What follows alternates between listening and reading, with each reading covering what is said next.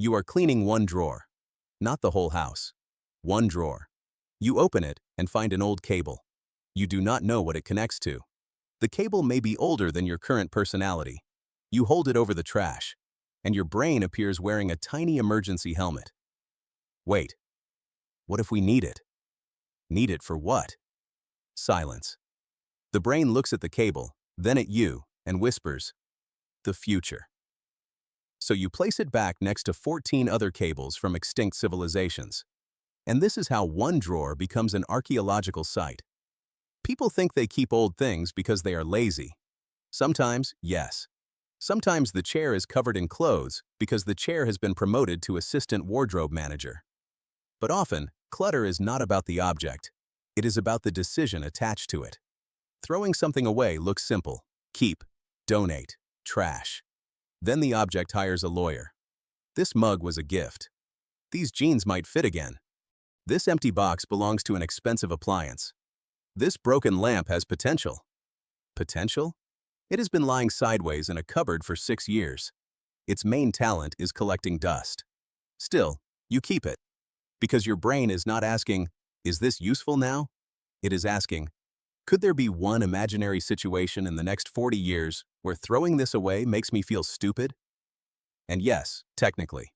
Maybe one day that cable restarts a satellite. Maybe the broken chair becomes valuable. Maybe the lid returns to the plastic container. From where? War? A long journey? Nobody knows. But hope remains. This is the psychology of, what if I need it someday? It is not really about needing the thing. It is about avoiding future regret. The brain hates losing options. Once you throw something away, one possibility closes. Keep it, and the possibility stays alive.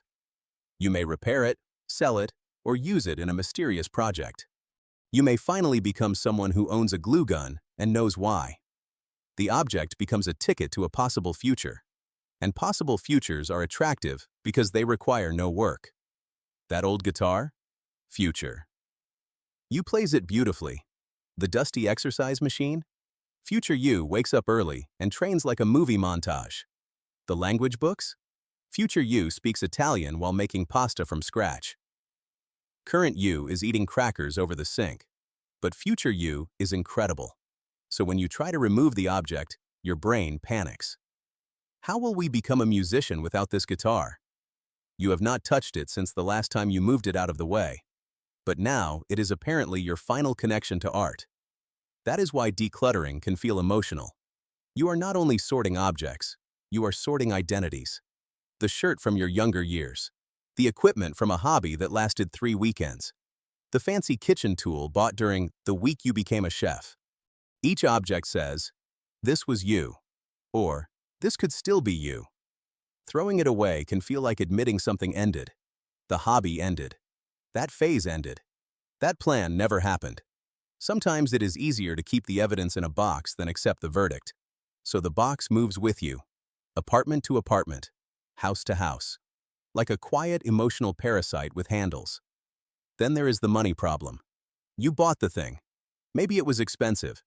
Maybe you used it once and immediately knew it was terrible. But throwing it away feels like throwing away the money.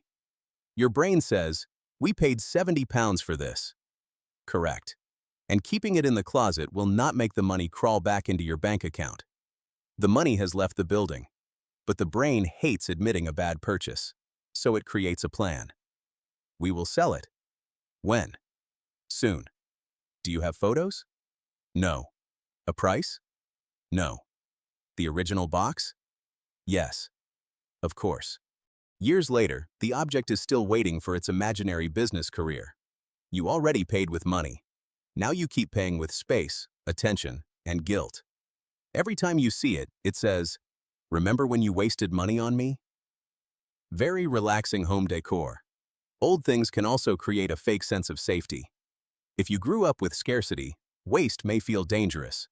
Containers were reused. Clothes were repaired. Nothing left the house without an investigation. That rule may have helped. But the brain can keep the rule after the situation changes. One spare blanket becomes 12. A few shopping bags become a bag containing bags containing smaller bags. You are building a survival bunker for an apocalypse where everyone urgently needs gift bags. The brain says, better to have it and not need it.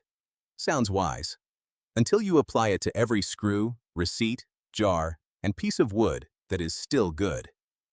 Eventually, the house becomes a warehouse for problems that do not exist. And every object asks something from you. Store me, move me, repair me, sell me, decide about me later. A room full of postponed decisions is not neutral. Your eyes see a pile. Your brain sees unfinished business. That chair is sell chair. That bag is take to donation. That tower of papers is become a person who understands taxes. You walk through the room and receive 50 silent assignments.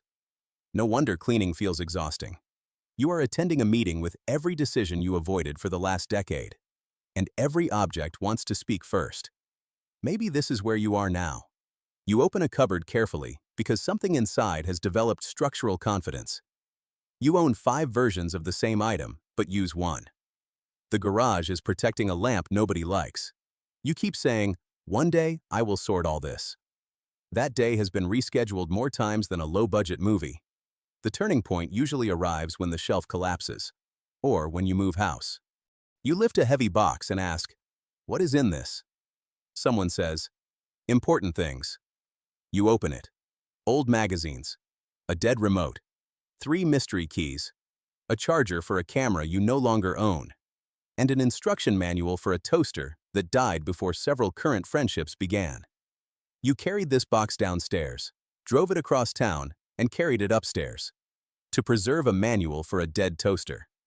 That is when you realize you are not keeping objects because they serve your life. Your life is serving the objects. The house is paying rent to your past, and your past is a terrible tenant. So what does change look like? First, separate memory from object. You can respect a memory without operating a museum. Take a photo. Keep one representative item. The memory is not physically trapped inside the mug.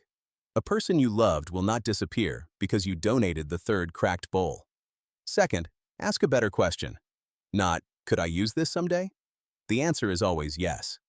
A traffic cone could become a lamp. Human imagination is unlimited. Ask, if I needed this, would I remember I owned it, find it, and choose to use it? That question destroys entire drawers. You find a tiny metal part. Could it be useful? Maybe. Would you recognize the situation where it becomes useful? No. Would you remember where you put it? Also no. Congratulations. You do not own a useful part. You own a riddle. Another question. Would I buy this again today? Not because it once mattered. Today. Would you see it in a shop, pay money, and give it space? If the answer is no, your past self does not get permanent control of your shelves. Past. You had a dream. Current. You has limited storage. If you still cannot decide, use a temporary box. Put uncertain items inside and close it. If you do not open it for several months, the objects have completed an experiment. They proved you can live without them. Your brain will object. But now that you mention the box, I suddenly need everything inside. Of course. The brain becomes attached to anything approaching an exit. A shirt ignored for 8 years becomes precious the second it touches a donation bag. You hold it up. This is actually nice. No, it is not. It has been living behind the vacuum cleaner. The object feels more valuable because you are about to lose it. So do not ask how emotional you feel during the goodbye scene. Ask what role it played in your real life. Did you use it? Did you enjoy it? Did you even know it was there? Objects do not earn permanent residence because they create dramatic exits. You also have to trust future you. The what-if voice assumes future you will be helpless. Future you will need this exact jar and be unable to borrow, replace, or improvise. But you solve problems all the time. If you throw away a cable and need it later, you will find another cable. It may be annoying. It will not become the final chapter of your family history.